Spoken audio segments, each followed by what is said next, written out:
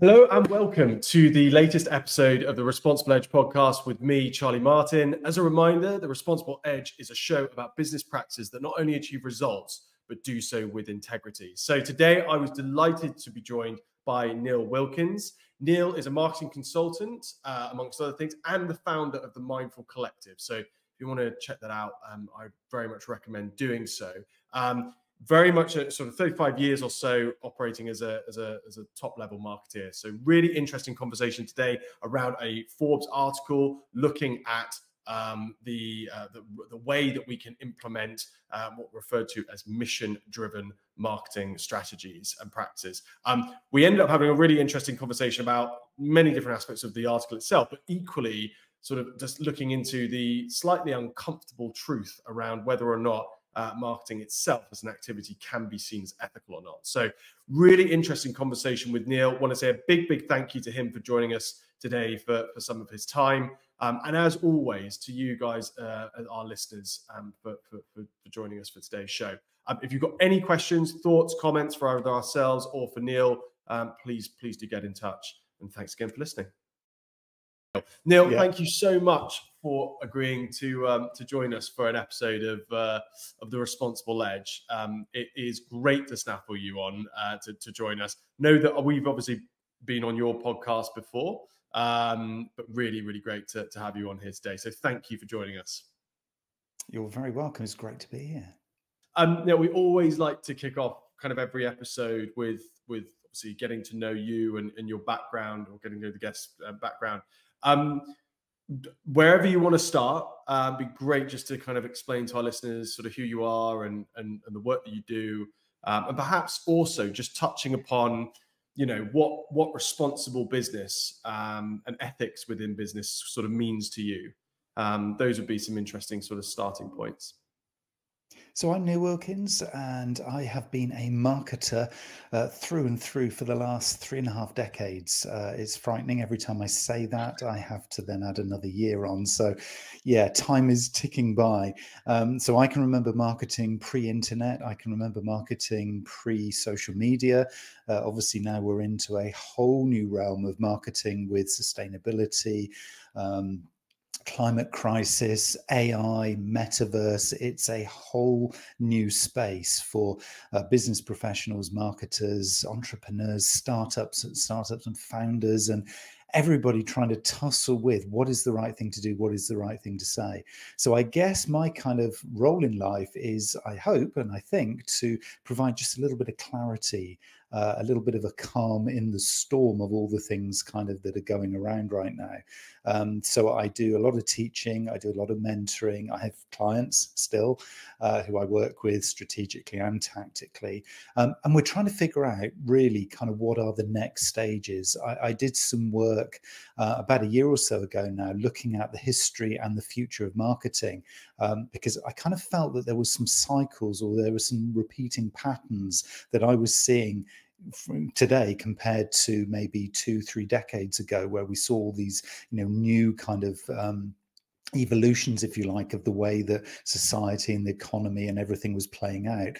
And I literally found and fell upon Kondratiev cycles. Kondratiev was around 150 years ago an economist, Russian economist, who figured out that everything, as we probably all know, works in cycles, kind of repeatable patterns.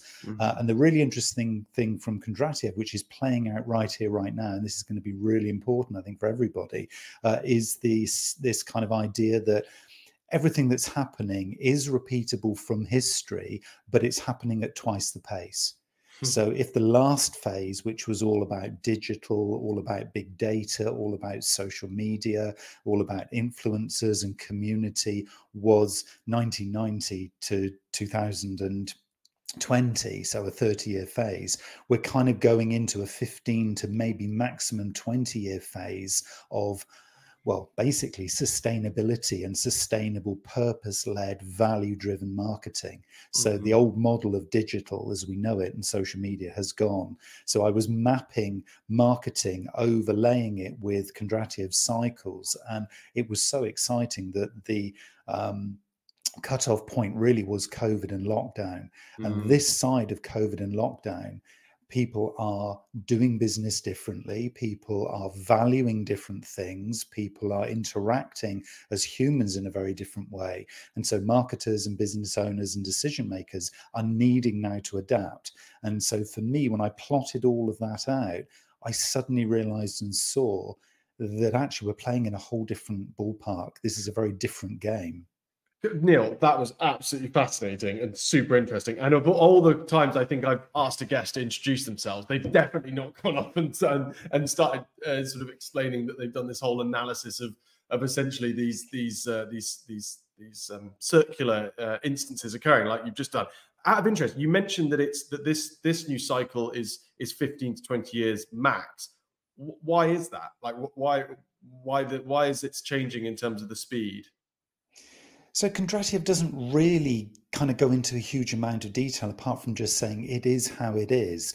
I think it's a little bit, if you can imagine water going down a plug hole, the water at the outside of the plug hole is relatively steady in terms of its kind of rotation. But a vortex, basically, as you get closer and closer to the center, it starts to speed up.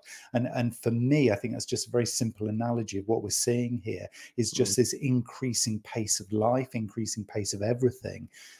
Decision making, how fast your day goes, the length of campaigns, literally everything is running at much quicker pace. And so 15 to 20 years ago, we were operating our lives at probably half the pace of what we are now. So quite why, and the science behind the why, I'm not too sure. I just know it's true. And I think we're all feeling it. And so I would ask you, so that's fascinating in terms of, I suppose you mentioned your 35-year career in marketing to this point and sort of plotting the change that's occurred, the speeding up, if you like, the mediums, the channels, like this is all of the kind of evolutions that you've experienced. What are the things, though, that in your career have stayed consistent? Like, what are the things that you still look at now and you think that is the same now as it was 35 years ago from a marketing perspective? I think the interesting thing is that the constant is change. Now, it sounds a really kind of odd way of describing it, but I think it is this whole idea that customers, consumers, however you want to define them, stakeholders, they're all very uncertain as to what you want them to do. So they don't necessarily understand the features and benefits of the service or the product you're offering. I don't think they particularly care. I think another constant really is the fact that it's what's in it for them. And I think for me, that's why things like personalization has become a really hot topic in marketing more generally, is because we're now at last all figuring out that it's one-to-one communication, it's one-to-one service, it's one-to-one support that is key. I think we've kind of all kidded ourselves really as marketers and as business owners that we can kind of do demographics, we can kind of do segmentation, and it's okay, but it's not. From a customer's perspective, they want to feel truly special. And I think this is where being value-driven, it's yes, on the one hand, your own values and the value that you believe you're bringing, but it's actually the perception of the value from the customer's perspective that is really key. So the constant here is we have to listen to the customer, because unless we do that, we're always playing in our game as opposed to theirs. I've got two that's super interesting, Neil. Got two questions. When you think back on your career, has the expectation of customer evolved in your time? Do you think back to 35 years ago and you could get away? There wasn't so much of an expectation from me from a customer perspective that I would have this truly personalized experience and engagement, and there was more acceptance of a more kind of homogenized, uniform experience when I engage with a brand. Has that something that over time you've seen, wow, that's something that's totally different now than from when I began my career? There's a good and a bad in that answer. The good is that yes, I think now the customers are, and I'm talking customers generically here, so every industry, every sector, I think customers they're so much more savvy. They have so much more ability and access to really going deep into what you're offering and the value that you bring. So you can't fake it. Back in the day, you could fake it.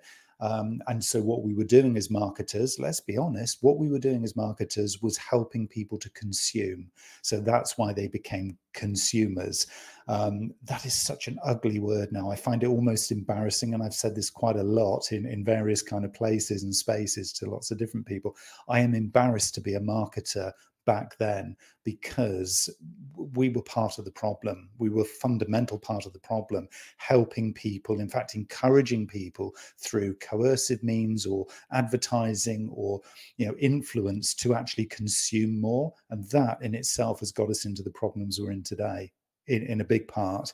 So I think now one of the key things here is to kind of reflect our new role as marketing, which is to allow our customers to go deeper and really find out the true kind of sense of who we are, so we can build authentic relationships rather than sell. Neil, can I pose this slightly confrontational question on that basis? Because it was that I'm so pleased that you went into that area. The question I was going to originally ask you was, in your experience, can marketing truly be an ethical practice just as a whole? But what you've just stated kind of lends me to just poking slightly into what you've just stated, which is that's all sounds brilliant in the sense of like, we're going to be more attentive to the experience of the individual, and we're going to basically enable them to kind of discover and to inform themselves about what is the right choice for them. But could you not pose the question that ultimately it might have evolved, but the fundamentals of marketing are still what they were 35 years ago, which is I've got targets to try and hit in terms of the number of people that are ultimately consuming my product or service? Like, just touch on, do you feel that uncomfortable truth, if you like, or is that an uncomfortable truth? Or am I viewing things very pessimistically? Like, just touch on that. Do you feel comfortable as a marketer now?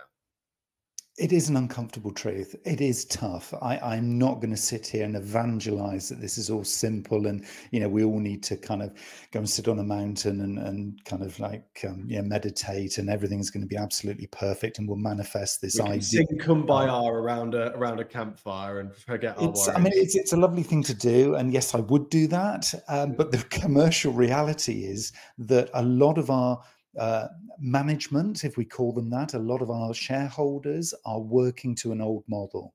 This is the fundamental kind of dilemma that we face as marketers, because a lot of us have realized that there's a better way. There's pretty much the only way, because if we're going to be here as humanity, we're going to have to take action right now. And I'm sure we'll come on to that in a minute.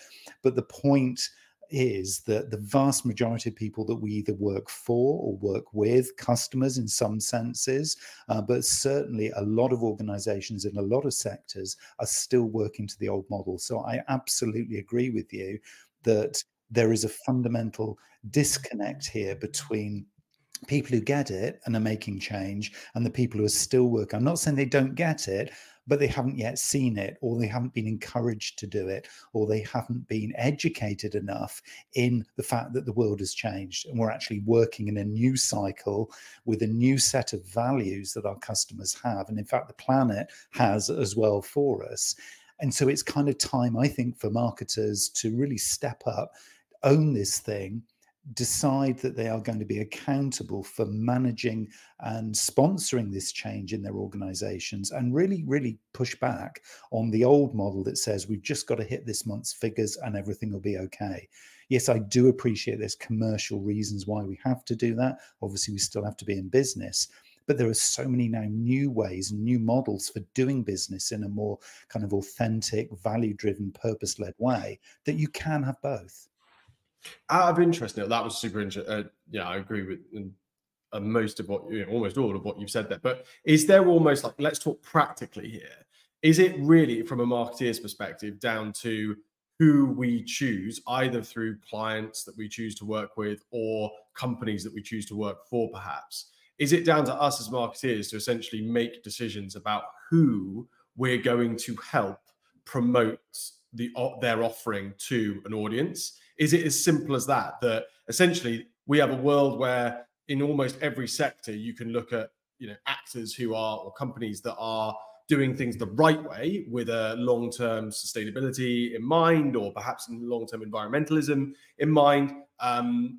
And those are the people that we should be working with. And then there are some within those sectors that are the bad actors, and the ones that aren't changing quickly enough and are having a detrimental impact upon the planet and people, etc. So is it as simple as we as marketeers need to be really careful about who we choose to provide this function to, which ultimately is about getting more people to buy that product or service? It's a really interesting question. And I think for some people, the answer could be yes. I think for most of us, and if I kind of reflect on kind of where I am actually, serving my clients and the people I support, I think the answer is it depends. And that sounds like a little bit of a generic or vague answer, but I think it really depends where you begin. I think ultimately, yes, that can and should be where we all end up, where we're doing the right business with the right suppliers and the right customers. So our whole supply chain becomes as value driven, that kind of reflects who we are and what we're trying to do as we are. So you're very much surrounding yourself by like-minded souls, if you call it that. Mm-hmm. But I think the reality for most of us is that you can't necessarily begin there. So it might be you begin with co-creating new products, or you pivot, for example. So you focus on product. You might focus on the realities, the commercial realities of the culture of your organization or other stakeholders. So you focus on people.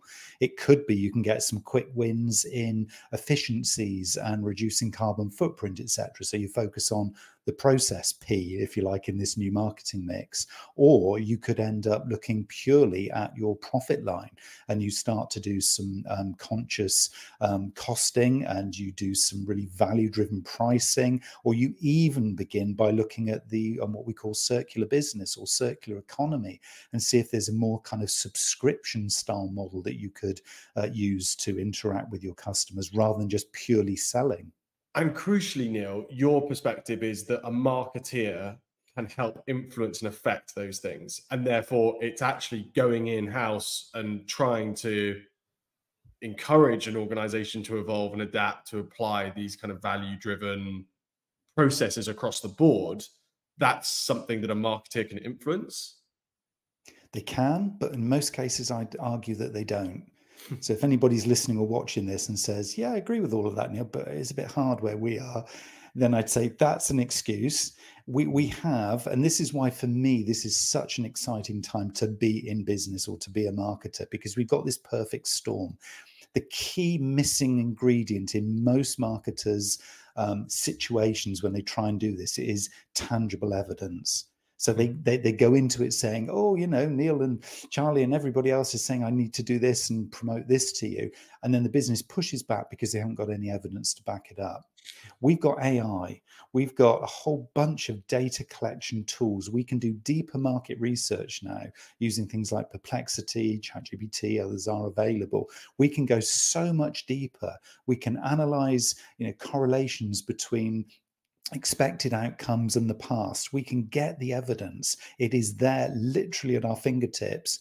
It's just about us stepping up and gathering that evidence and then presenting it to the key decision makers and the stakeholders to help them understand what this opportunity is. But too few marketers are doing that right now. Super interesting. Super interesting. Neil, as always, with somebody as interesting as yourself, we end up doing the intro bit, and it's like taking up almost half of our conversation today. So as I mentioned to you before, like if there's a possibility of being able to get you back on for episode 2, 3, 4, the series, if you like, of Neil Wilkins, then we'll certainly pitch that to you post today's show. Can we move on though? And just what we always ask is, we've obviously shared with you a Forbes article before today's call. Just for our listeners, it'd be really interesting just to hear a very brief summary from you about what the article covered and what were the kind of most salient points that you pulled out of it from an ethical and responsible business practice perspective.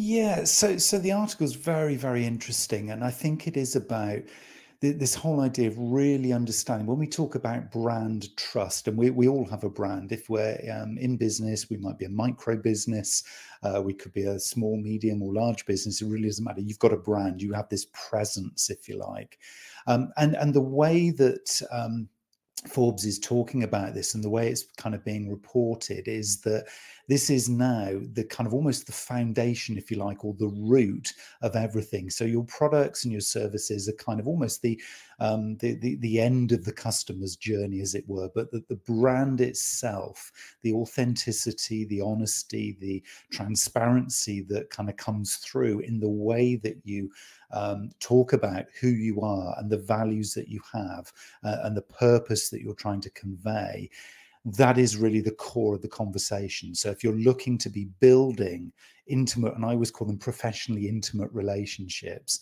then that is where you start. It isn't the old model, which is very much about, let me tell you about my lovely product that's going to provide amazing, value for you. We don't begin there. That becomes the icing on the cake, the thing that does the deal at the end of the transaction. But we're now much more trading, and the Forbes article is so clear about this. We're trading much more on, I guess, deeper things that are much more foundational into, why we come together as a group of people and we call ourselves a business or a brand. What is it we're actually doing for people and planet? And we're actually doing good in all the decisions that we make. And so for me, that was the real kind of key thing that comes through at the highest, more generic level with this particular article. And there are a lot of other commentators agreeing with this, is that if you can start to trade, if you can start to share some of those deeper, more intrinsic reasons why you are here, serving customers, doing things, creating things, innovating, then those are the foundational stories that become your marketing for the future. Super interesting. That was a brilliant synopsis. Can I pick out? I haven't read the article. There was this term that was used in it, which referred to like mission-driven marketing experiences. I think was the term that was coined, and it was like referred to, I think, as the importance of aligning marketing strategies with the brand's core mission and values. Like, again, I'm playing devil's advocate here, and excuse me if this is a very silly question, but can you just like describe like what in practical sense that like actually means? What would a mission-driven marketing experience look like compared to a normal marketing experience? So the mission driven, and we often use this word kind of purpose driven, and I think for a lot of people that is an interchangeable phrase, if you like. So purpose led, mission driven, purpose driven. They're kind of, to me, one of the same thing. The values are the style and the flavor. It's almost the spices and the herbs that you put into the recipe, whereas the actual core ingredients for your recipe are this thing at the center, this purpose or mission, if you like. Now, how you kind of get to that, again, this is it's a very personal kind of exercise to go through, either as an individual. So if you want to be a purpose or mission-led marketer, and then you can scale it up to your team, or you can scale it right up to your brand or your overall business. What I like to do is kind of go back to something which is quite an ancient tradition that came out of Japan many centuries ago, and we've kind of spun it slightly differently here in the West, something called ikigai. In the pure Japanese tradition, ikigai is about living your best moment in every moment. So I'm kind of paraphrasing here, but basically it means that you are very present, you're very focused on the right thing. It's very much about authenticity and honesty in every moment, and you're just aware. So you're aware of the sunlight on your skin, you're aware of the aroma of the coffee, you don't miss a thing. That's living in your ikigai. From a Western perspective, we've often had to translate that into something that's a little bit more practical for ourselves, because we don't kind of live like that, most of us in the West. So we have this model which allows you to see almost the best parts of 4 questions, or your answers to 4 questions, which is, what do I love? What am I good at? What does the world need? and what can I be rewarded for? So if you can find those sweet spots of, if you were to put those circles, let's say they're circles, and you were to use sticky notes and write down everything you love, everything that you're good at, everything that the world needs, and it could be your world, not the world, and then everything you can be rewarded for, you start then, as you bring those circles together with all those post-it notes, you notice certain sticky notes will actually migrate to the center, and those become the things that you're good at, you love, the world actually needs it, or your world needs it, and you can get some sort of reward for it. And to me, that's purpose driven. That is that sweet spot at the center, which is, it's resonating with you because you love it. It's practical because you're good at it. The world around you needs it. So there's value to the stakeholders you have, or your customers and your staff and your teams, etc. And you can be rewarded for it. So it becomes sustainable. So for me, that's a really interesting practical exercise to begin that journey. But it is a long journey. It's not something you say, there it is, that's it. It's something that will evolve over time. And Neil, I love that from a kind of a, I mean, that's a brilliant branding exercise, isn't it? For us to reflect on kind of those core values and propositions, I guess, for what we do. Just talk about, and just because I think we're on that kind of practical road, if you like, for our listeners, and it's super helpful. What do we do? What does a mission-driven or purpose-driven marketing strategy then look like? Because I suppose, if I'm playing devil's advocate, we've kind of done that, let's say, analysis of that type, where we've understood like the core essence of what we are and what we do and why we do it, and understanding that there's value in that. What then happens in terms of how we manifest that into a purpose-driven or a mission-driven, as the article alluded to, marketing strategy? So I think then it needs to be, it's kind of two things, and there's two key words at play here. One is balanced, and the second is open or accessible. In other words, we need to make the journey then that we're on, because it's not a destination, it is a journey. So you are never going to actually reach a point with this thing. This is an ongoing journey. It's almost like setting the sat nav, but the journey's never ending. So you can enjoy the fact you're on the right path, or you're on the right road or the right route, but you're never actually going to get there. But you can celebrate the journey rather than the destination. So that's a key thing here. But what we're seeing is that organizations and brands who are doing this and really kind of seeing this play out is that they're very confidently sharing that journey. So it is warts and all. It is not perfection. You don't wait until you're done or you're complete or you're perfect. You start to share it. So I know there'll be some things in there that maybe are commercially sensitive that you can't share. That's fine. But the overarching message is that you need to be doing this in public. So as you make gains, as you make progress, as you get great examples of working with customers or suppliers, or, you're changing the business model, you come up with this amazing co-created innovation from having done some research or talk to a customer, whatever it happens to be, you share that in public. It becomes part of the way you communicate. So you become very open, you become seen as very authentic and very honest. And because it's not perfection, there's a certain vulnerability in there, which is intoxicating for people. We love vulnerability. There's a load of research over this, and there's lots of people who evangelize this, people like Brene Brown, etc., talk about this whole word of vulnerability.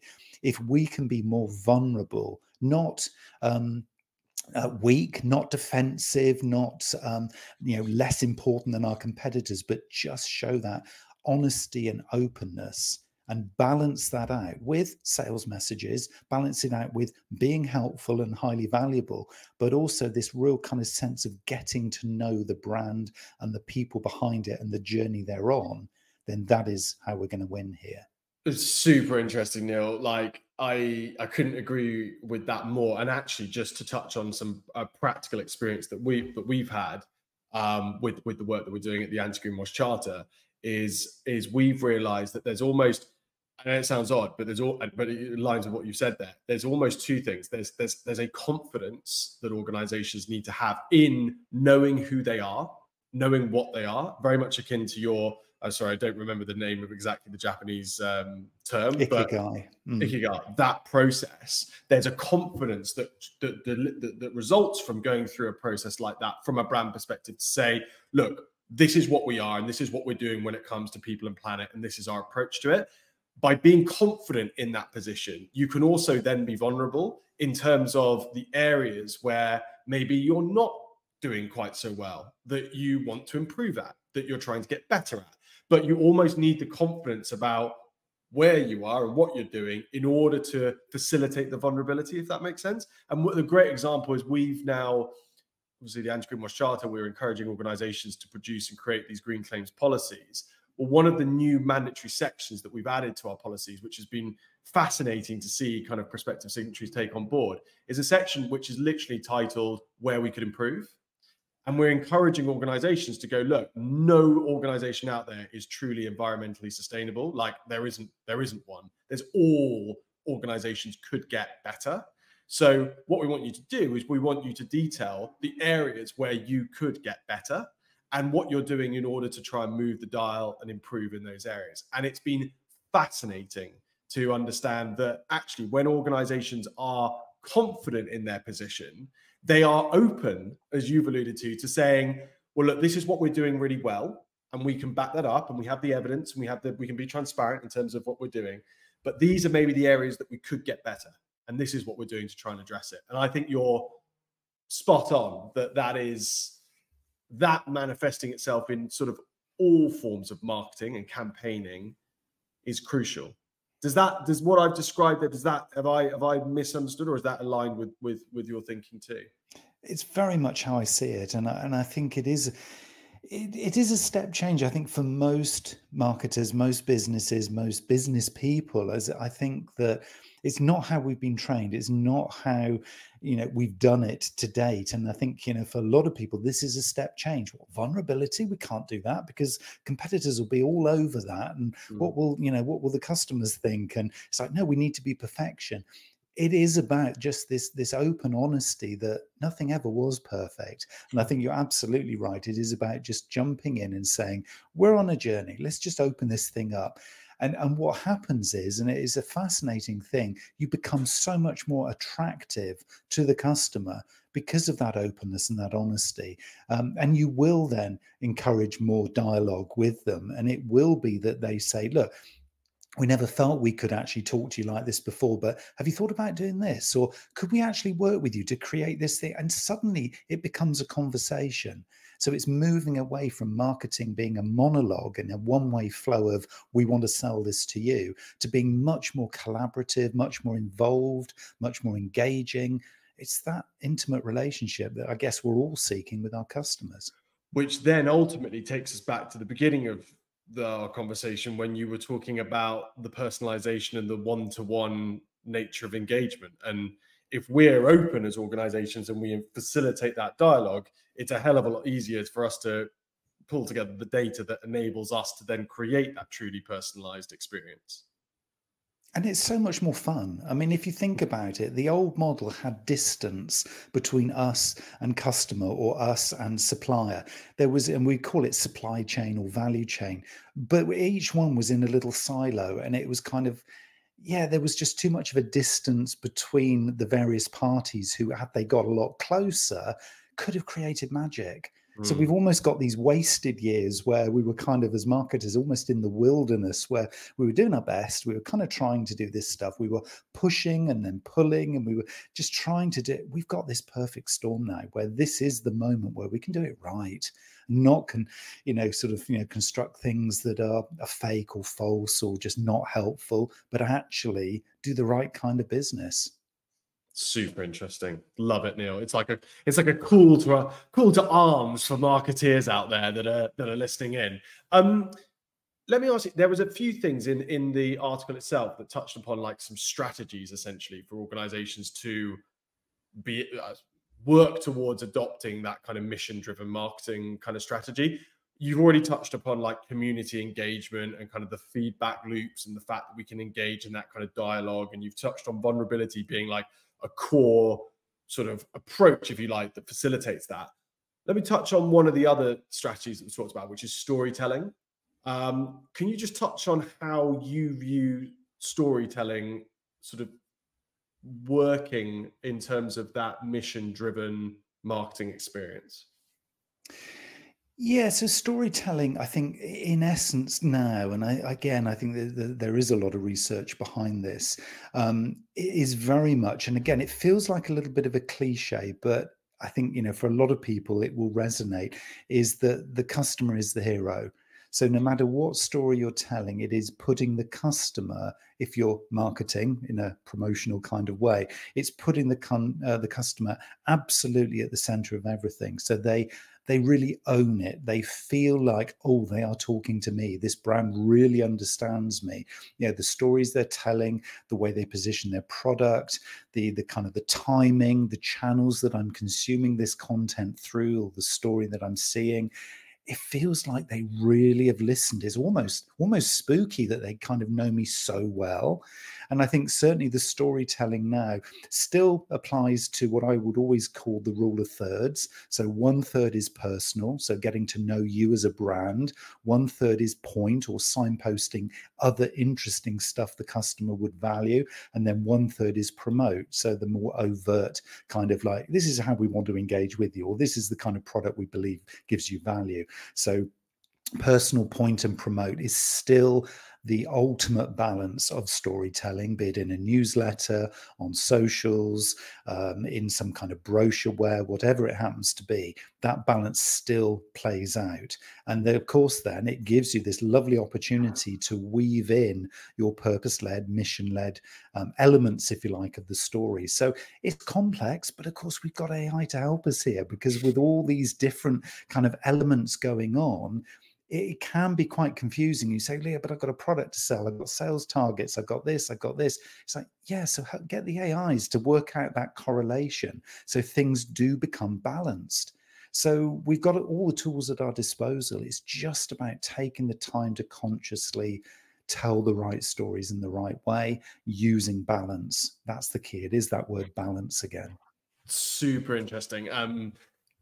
And let me ask you this. So from a storytelling perspective, like thinking about brands, not necessarily that you work with, it might be brands that you engage with and as a customer, like who do you look at and think they've nailed this in terms of that mission-led, purpose-led, if you like, storytelling approach to their marketing? Are there any particular organizations that our listeners should go and check out for best practice? It's a really interesting one. It's really hard to say that there are some who are kind of better than others. I mean, it's certainly the obvious examples are the likes of, obviously everybody always quotes Patagonia in the way that they're very bullish on the mission kind of led side of things. And, they make decisions based around planet before shareholder, I mean, that is really bullish in this kind of positioning. But I think there are other brands kind of, if you sort of think on the high street, I mean, certainly Marks and Spencer have been doing with their particular kind of eco very climate focused sort of projects. They've been doing a huge amount of work over, well, many years. I think it's about 15 years now that they've been doing this. So I think it's kind of brands like that who are kind of doing this. But we're also seeing, a lot of startups where, particularly in things like the fashion industry, a lot of startup brands who you could argue are micro businesses. So they are literally being, born out of no premises. There's very little carbon footprint because they're selling online, etc. So they're kind of as almost like a subset of the fashion industry, for example, who are evolving out of being purpose driven. So bamboo clothing, for example, is very much one that we're seeing a lot of in the media now, as being a really interesting example of a very eco product that can be created with a low carbon footprint, and as long as obviously the packaging is right and the shipping is appropriate, etc., can be way under the kind of levels that you'd see with the more traditional kind of sort of manufacturing of clothing.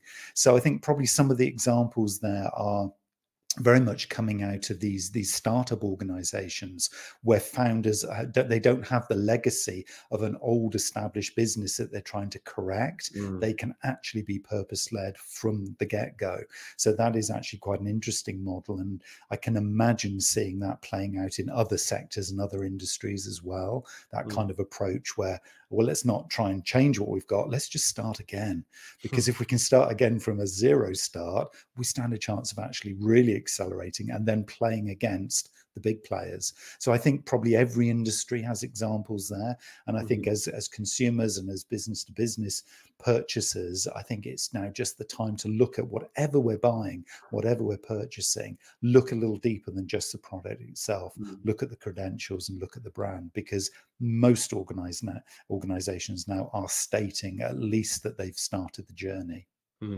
Super interesting, Neil. And yeah, I think you're right. I couldn't agree with you more. I think that there's so much inspiration to be taken from those kind of built from the start with sustainability in mind startups across the board. I think that's spot on. Even for established businesses, because there's a lot of organizations like that that are obviously promoting the fact that this is the way that we're operating and these are the things that we've done in order to facilitate this way of operating. Well, that's a key source of inspiration and peer-to-peer learning, if you like, that perhaps can be adopted and pulled into the way that more established organization operates.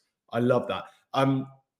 Got one final question on the article. So I think we've spoken a little bit about storytelling. We've spoken a little bit about community engagement and like opening up that dialogue. The one kind of final kind of key strategy that was alluded to was the transparent communication. And transparency and trust that can be trust that can be developed as a result of being transparent in terms of the way that we communicate. Can you just touch on thinking about your experience, perhaps thinking about the Mindful Collective and the work that you guys do there, just on the importance that you see in ensuring transparency in the way that we communicate, but equally from a practical sense, like what does that mean? Because I think sometimes we get all like, we can get sucked up with these buzzwords and say, oh yeah, we're all like super transparent. But what does it actually mean in a practical sense? What's the difficult decision that a marketeer has to make when they choose to be transparent over, holding things to their chest? Like what does that scenario look like in your experience? It's become something so much more simple than I think all of us kind of realized. It's 3 words. It's tangible, verified evidence. That's it. That is it. It's every single thing that you communicate, every story that you tell, if you've got tangible, verified evidence that underpins it. It doesn't have to be the lead thing in the story. You don't have to say, we've reduced our carbon impact of our packaging by 27% in the last 3 months or whatever. It doesn't have to be the lead in the story, but to have it in the footnotes, have it there as the backup information, and communicate it. This isn't something we need to hide. We need to be proud. The fact that, okay, it might only be 20%, 27% improvement or whatever, and we might be aiming for 80%, but we've got to 27%. That's the point. It's the journey. And as well, the word verified, because you could say, well, okay, well, we made that number up ourselves. Third-party verification is absolutely key.